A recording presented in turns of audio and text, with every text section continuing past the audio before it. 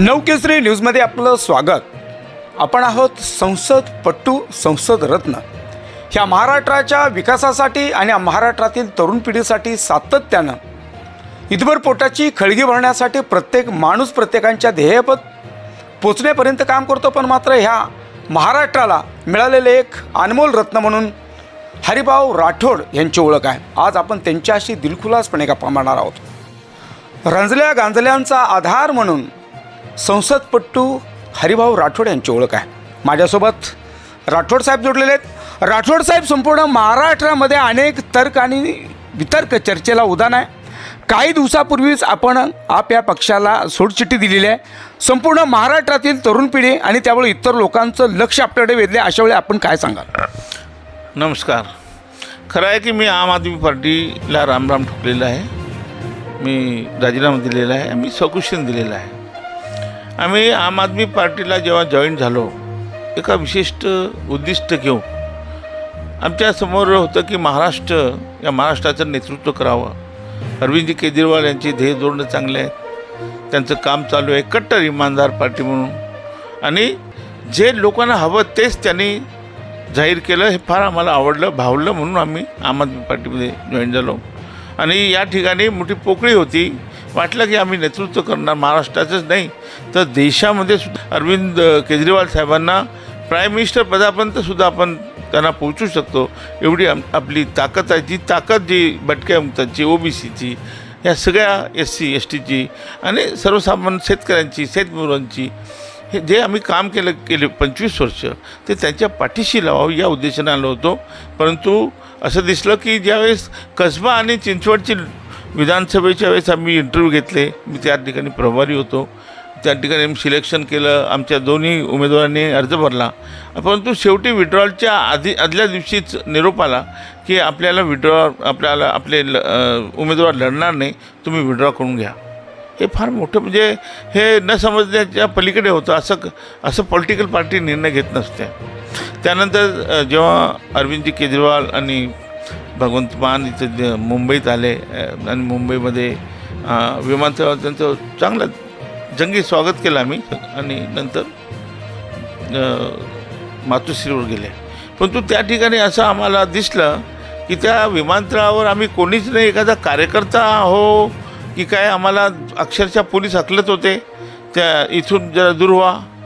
परंतु कोणी सांगत नव्हतं की त्यांना की नाही आमचे नेते आहेत, त्यांना राहू द्या। त्यानंतर अरविंदजी जेव्हा मातोश्रीवर गेले त्यांनी ठाकरे साहेबांचं चांगलं कौतुक केलं आणि सांगितलं, ठाकरेजी पूरा महाराष्ट्र आपके साथ है और महाराष्ट्र की जनता आपके साथ है, आप पूरा सब चुनाव जीत जाओगे। तेव्हा वाटलं की आम आदमी पार्टीला मुंबई लढायची की नाही। दादा, पुन्हा आपण ज्या नवीन पक्षामध्ये जॉईन झालेला संपूर्ण महाराष्ट्राला अजूनही याच्यापासून वंचित आहे, माहीत नाही, कुठली कल्पना नाही। अशा वेळेला काय त्या ज्या पक्षामध्ये आपण काम करत त्याचं ध्येय उद्दिष्ट, तर त्याबद्दल काय सांगा? आणि मी एका चांगल्या पार्टीच्या शोधात होतोच, आणि योगायोगाने जे TRS आहे, पूर्वी आपण तेलंगणा राष्ट्र समिती होती जे की आपल्या यांची चंद्रशेखर रावची, तेलंगणा तिथे ते मुख्यमंत्री आहेत 10 वर्ष। तर त्या ठिकाणी आम्ही बॉर्डर असल्यामुळे आम्हाला थोडं माहीत होतं की शेतकऱ्यांना 10,000 रुपये पर एकर पर इयर ते देतात। एखादा शेतकरी काही कारणास्तव दगावला तर त्याला 5,000 रुपये त्याला लगेच मदत देतात, 10,000 रुपये पर इयर पर एकर। आणि त्यानंतर आपल्या जी वीज आहे ती मोफत देतात आणि 24 तास वीज दिल्या। म्हणजे सांगायचं की शेतकऱ्यांना काय हवं आहे ते नेमकं देतात। त्यामुळे वीज मोफत, पाणी मोफत, नंतर वीज 24 तास, नंतर 10,000 रुपये पर एकर त्यांना मदत दरवर्षी, आणि कोणी मृत्यू पावला तर लगेच 5 लाख रुपये त्यांना मदत दिल्या जाते। तर हे ज्या गोष्टी आहे ना, महाराष्ट्रात कोणीच नाही, महाराष्ट्रात नाही, देशात नाही, जगाच्या पाठीवर असा कोणी पक्ष नसेल की तो मुलीच्या लग्नाला 1.5 लाख रुपये ते देतात। तर आणि असे ज्या योजना आहेत आणखी भरपूर, आता मला ते सांगता येत नाही सगळ्या, जवळपास 125 योजना आहेत की समजा शेड्यूल कास्टचा कोणी उद्योग साहेब. करू इच्छित असेल तर त्याला 10 लाख रुपये ते देतात. ह्या महाराष्ट्राचा आहे, भारताचा बळीराजा म्हणून शेतकऱ्याला समजलं जातं. शेतकऱ्यांचे प्रश्न घेऊन आपण सातत्यानं संसद रत्न म्हणून आपण गाजत आला आहे. आणि त्याच मुद्द्यावरती आपण आज जी पकड आपण बघतोय की आपली जी आपण पक्ष सोडून परत या पक्षामध्ये शेतकऱ्यांच्या हितासाठी आपण हे करतात. अगदी बरोबर. मी तुम्हाला सांगू इच्छितो की हा पक्ष शेतकऱ्यांचा पक्ष म्हणून पुढे येईल. म्हणून आमचं ते स्लोगनच केलेलं आहे, अब की बार किसान और मजदूर की सरकार, अब की बार KCR की सरकार, किसान सरकार, मजदूर सरकार. म्हणजे अशा कुठल्या पार्टीला असं हे कलर नाही आहे अजूनही.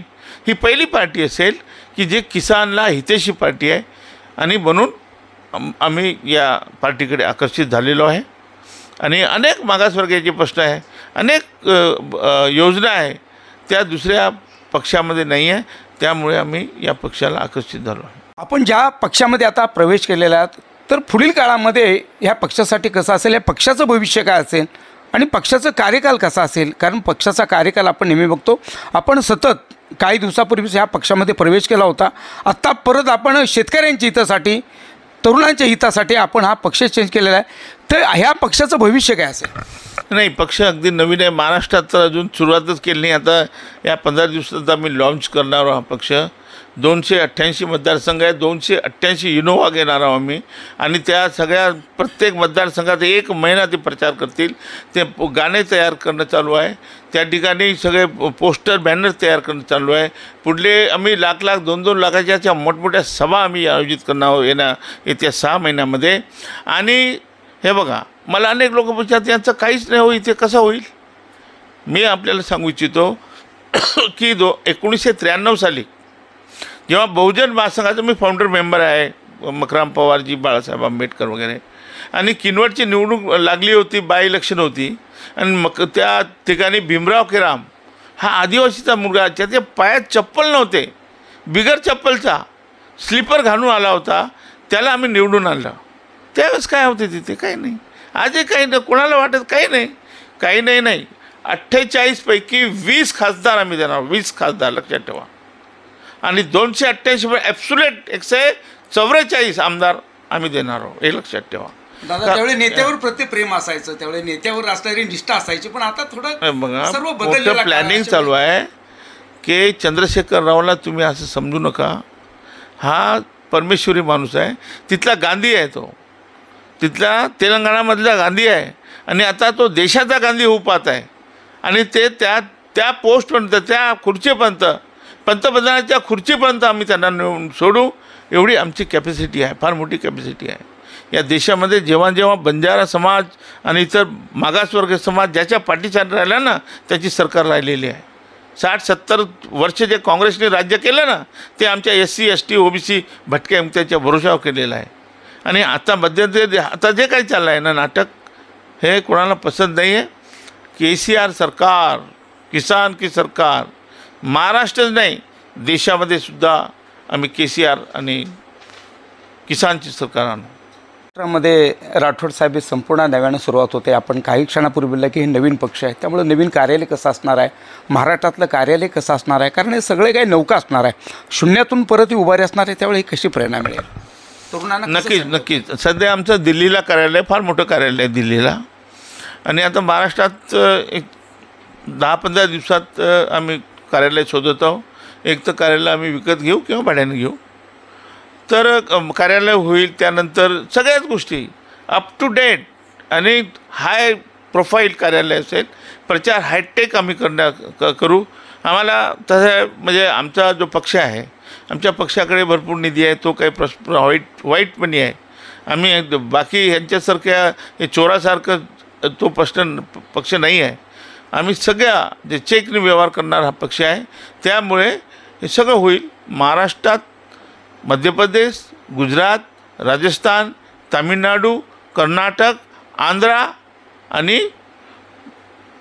या दिल्लीमध्ये सुद्धा आम्ही कार्यालय उघडणार आहोत. हे सगळे 1.5 महिन्यात सगळं होऊन जाईल. सगळीकडे काम चालू झालेलं आहे. परवा मी भेटून आलो. आता मला आज होळी आहे, 2 दिवसांनी मला परत जायचं आहे. आणि महाराष्ट्राचं प्लॅनिंग पुढचं, महाराष्ट्राचंच नाही, देशाचं प्लॅनिंग आणि स्ट्रॅटेजी पेपर काय असेल त्याच्यावर आम्ही चर्चा करून फायनल करू. महाराष्ट्रातील तरुणांना किंवा नवीन उत्तेजित या राजकारणात येणाऱ्या तरुणांना आपल्याकडून काय संदेश असेल? निश्चित याच्या फार मोठे तरुण येण्याची शक्यता आहे. कारण आजची नवी पिढी आहे ना, त्यांना जे आता रनिंगमध्ये जे पक्ष आहे ते आवडत नाही आहे. ते जे तू मय जे चाललं आहे त्यामुळे त्यांना एक नवीन पक्षाची शोध आहे. म्हणजे ते असं विचार करतात की असा एखादा पक्ष चांगला तो शेतकऱ्याचा हितेशी असेल, शेतमजुराचा असेल, असं संघटित लोकांचा असेल, गोरगरिबांचा असेल, असा पक्ष ते शोधत आहेत. आणि तो पक्ष त्यांना मिळालेला आहे, मिळेल. आणि निश्चितपणे जो युवती फार मोठ्या प्रमाणात या पक्षाकडे आकर्षित होतील. महाराष्ट्रामध्ये तरुणांचा प्रश्न असेल, शेतकऱ्यांचा प्रश्न असेल, तर त्या प्रश्नासाठी सातत्यानं संसदमध्ये आवाज उठवणारे संसदपटू आणि संसद रत्न म्हणून हरिभाऊ राठोड आपल्याशी जोडले होते. खरं या महाराष्ट्राला परंपरा आहे ती इथल्या भूमिपुत्रांची आणि इथं असणारा जो दुर्लक्षित समाज, पण या सर्व समाजाची मोड बांधून सर्वसामान्य जनतांना न्यायाच्या दिशेकडे नेणारे संसद रत्न हरिभाऊ राठोड यांच्या पुढील वाटचालीसाठी नवकेसरी त्यांना शुभेच्छा देतो आहे. Cameraman Rohan पडकीलचा reporter Sagar Patil, Mumbai.